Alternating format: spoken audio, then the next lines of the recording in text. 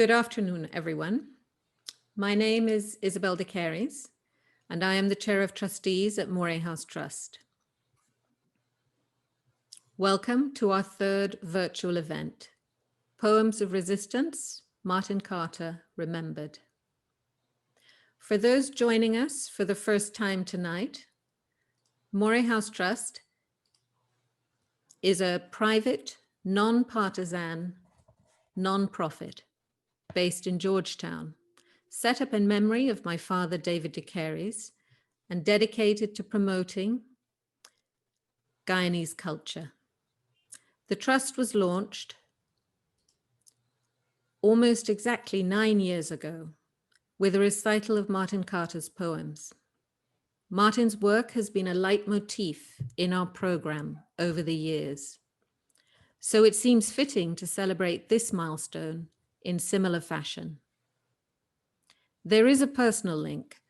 Martin was a friend of my father's and a regular visitor to Moray House.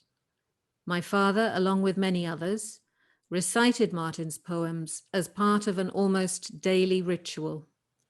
So it is a particular pleasure that Martin's words continue to circulate in the same space. There is also a broader mission. Martin was and is a titan of Guyanese culture.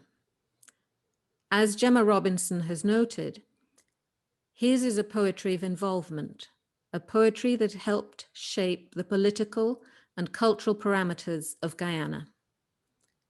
Put simply, it is impossible to understand Guyana without Martin. He is the nation's conscience. His poems and prose writing probe our young nation's psyche.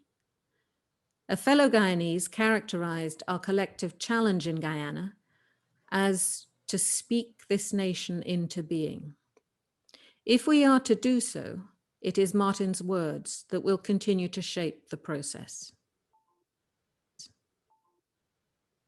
Martin is said to have regarded each of his poems as the imperfect and unvarnished fragments of a larger narrative. And while he undoubtedly operated in a higher register, a similar conviction has guided the work of Moray House Trust over the years. It animates, too, those who consistently and repeatedly share their skills pro bono in the service of Guyanese culture, for example, in the 100+ events we have hosted. Several of these stalwarts are part of tonight's program. This is a time to acknowledge those debts and offer thanks to those who have assisted at, participated in, and attended our events.